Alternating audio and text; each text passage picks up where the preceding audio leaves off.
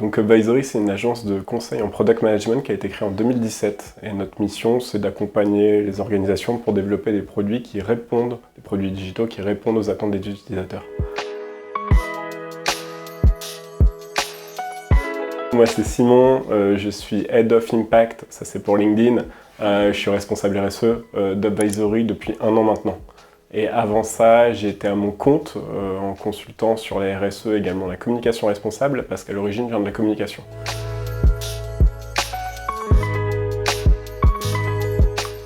Tout simplement pour le challenge que ça représentait, l'opportunité, le fait d'être dans une entreprise en hyper-croissance, qui décide à ce moment-là précis d'attaquer la RSE, j'ai trouvé ça hyper intéressant.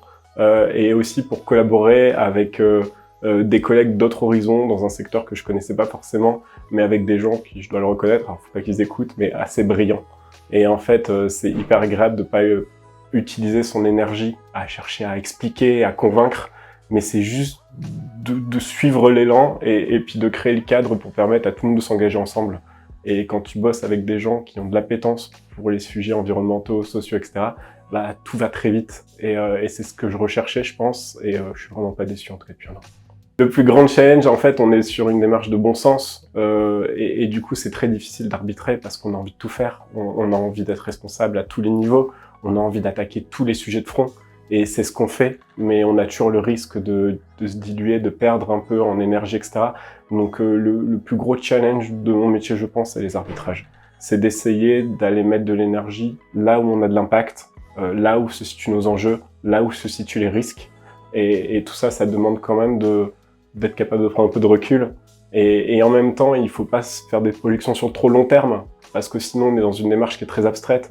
Donc il faut jongler avec des actions sur du temps court, du temps moyen, du temps long, et articuler tout ça sans oublier qu'on n'est pas seul et que ça sera un non-sens d'y aller tout seul la tête dans le guidon. Donc c'est passionnant, mais le challenge en fait c'est juste le travail.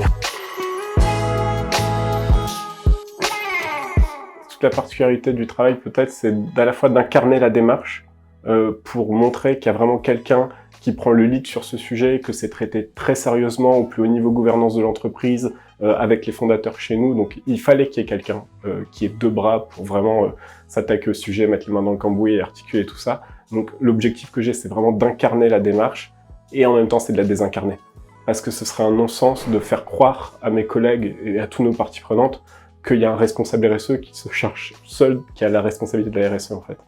Ça peut pas fonctionner comme ça, donc c'est une démarche collective. Donc je suis à la fois seul et en même temps j'ai jamais été aussi accompagné.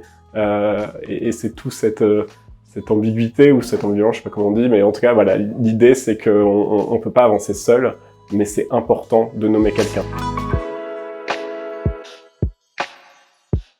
Je pense pas qu'il y ait des qualités qui soient vraiment requises pour le poste, mais chacun peut s'investir. L'important de toute façon dans la RSE, c'est la finalité. Et l'objectif, c'est d'y aller de la meilleure des façons. Ça a été impulsé, je dirais à la fois, c'était une volonté commune de la direction, et ça c'est super important, mais aussi des collaborateurs. Et en fait, comme dans beaucoup d'entreprises, quand Upvisory a été fondé, je pense que les 3 fondateurs partaient du postulat qu'ils n'avaient pas envie de reproduire des schémas qu'ils avaient vécus eux-mêmes dans des ESN, et qu'ils avaient envie de créer une entreprise différente, et ça c'est déjà une bonne chose. Et il y avait dès le départ dans l'ADN une volonté de s'inscrire dans une démarche responsable, et ensuite renforcée par des collaborateurs qui d'eux-mêmes ont voulu monter des initiatives, et ça a été piloté avec énormément de bon sens, comme dans beaucoup d'entreprises d'ailleurs. Et disons que mon arrivée a permis juste de restructurer un petit peu ça, de mieux accompagner peut-être les équipes, ne serait-ce que par le temps que j'ai accordé au projet et à la démarche, et de nous inscrire sur une vision à plus long terme pour cadrer ça. Mais tu vois, la démarche est partie d'une volonté commune de la direction et naturelle des collaborateurs. À partir du moment où moi j'ai pas à me battre pour convaincre, et ça c'est quand même très important, il y a juste à créer le cadre qui permette à chacun de s'engager, à son échelle, que ce soit citoyenne ou à travers son métier. Et du coup pour ça on a un certain nombre d'outils qu'on va utiliser de façon très pragmatique. Alors je pense que c'était quelques-uns, mais Tu vois, des choses très bêtes, on communique énormément sur Slack, on utilise un Notion pour agréger toute la documentation, on a des super partenaires comme Carbo, et tout ça fait qu'on se dote des outils pour permettre l'expression collective de notre engagement. C'est capital et j'ai des indicateurs, j'en ai même beaucoup trop. Et quand on parlait de priorisation, c'est ça aussi l'enjeu d'aller déterminer quels sont les bons indicateurs à suivre. Tout dépend de la trajectoire dans laquelle on s'implique, de la raison d'être de l'entreprise, etc. Nous, on en a un certain nombre, notamment parce qu'on est dans des trajectoires de labellisation avec des référentiels, ce qui nous aide aussi à nous structurer et puis à aller chercher dans la data collection, c'est les bons KPI à suivre. Après, il y a quelque chose que j'apprécie beaucoup, qui est peut-être une spécificité du product management et donc d'advisory, c'est qu'on va suivre des MTM et des OKR. On va suivre ça tous les quadrimestres, on a des réunions fréquentes avec la direction pour suivre au plus haut niveau de l'entreprise un certain nombre de métriques qu'on se donne sur l'évolution justement de notre trajectoire RSE. Donc ça, c'est hyper important évidemment. On s'est bien trituré le cerveau et on est parti sur Carbo pour pas mal de raisons.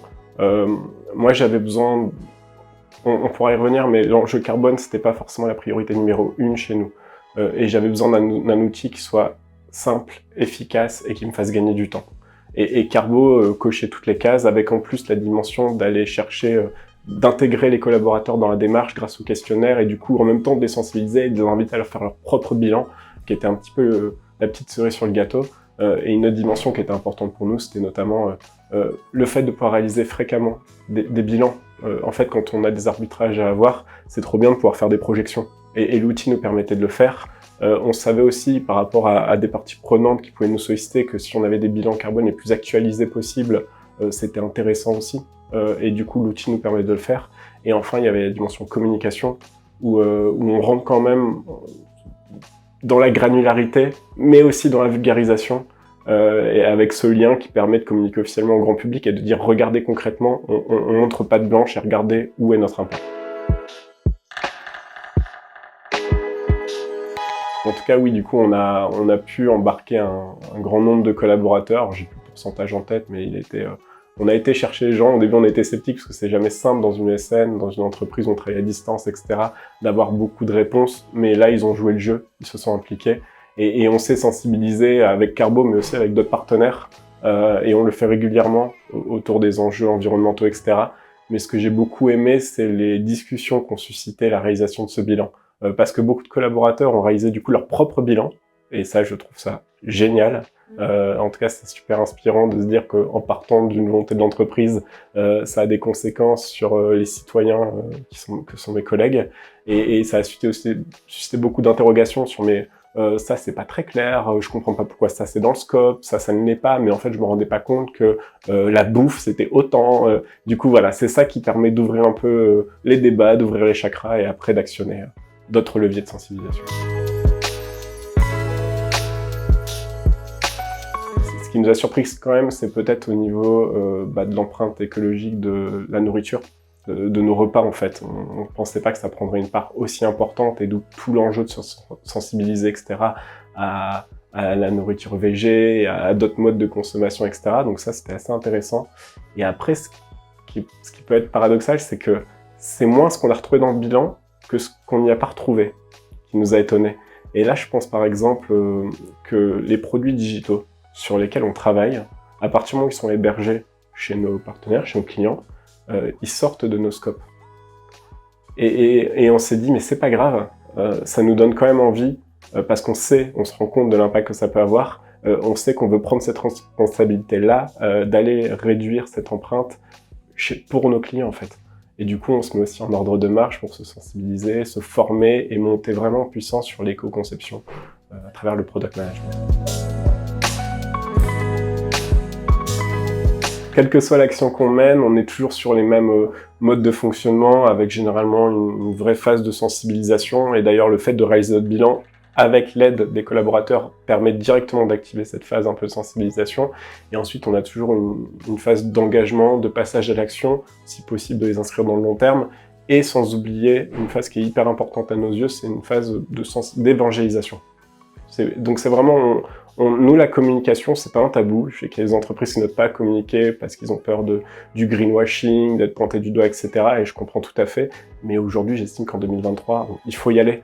Parce que nous, on est 140, on n'est pas une énorme entreprise.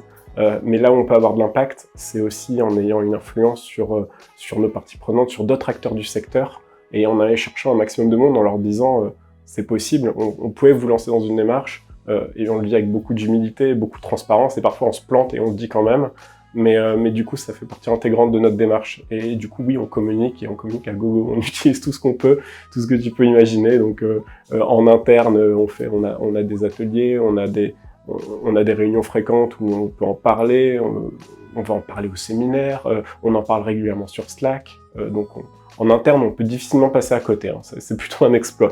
Et à l'externe, tout le brand content que vous pouvez connaître, alors on n'est pas encore au livre blanc comme vous, mais on va enclencher bien sûr l'article de blog, bien sûr les réseaux sociaux, bien sûr quand on répond à des appels d'offres, quand on a des présentations, ça nous semble important vu que c'est au cœur de notre ADN de le préciser.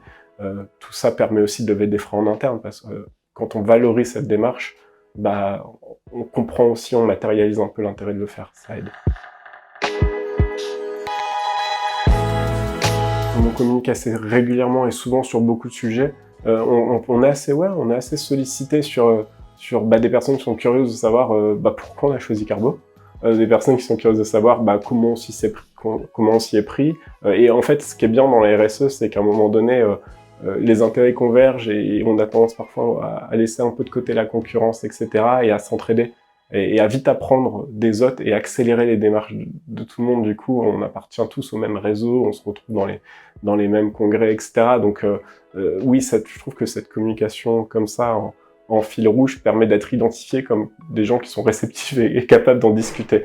Comme je suis B-Leader, oui, Bicorp est super engagé, il y a Vendredi qui travaille sur Impact at Work, on est aussi dans le réseau de Latitude qui fédère une communauté autour du numérique responsable, ESG Connect qui fait des choses. Il y a tellement de communautés que je ne saurais pas par où commencer.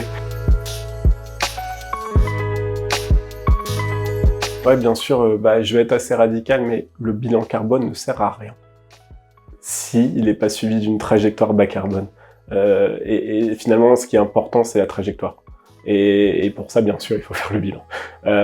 Mais nous, du coup, oui, on a souhaité avec Carbo s'inscrire, c'est aussi pour ça qu'on a choisi Carbo, mais s'inscrire dans une trajectoire bas carbone alignée sur l'accord de Paris, pour des raisons qui me semblent évidentes.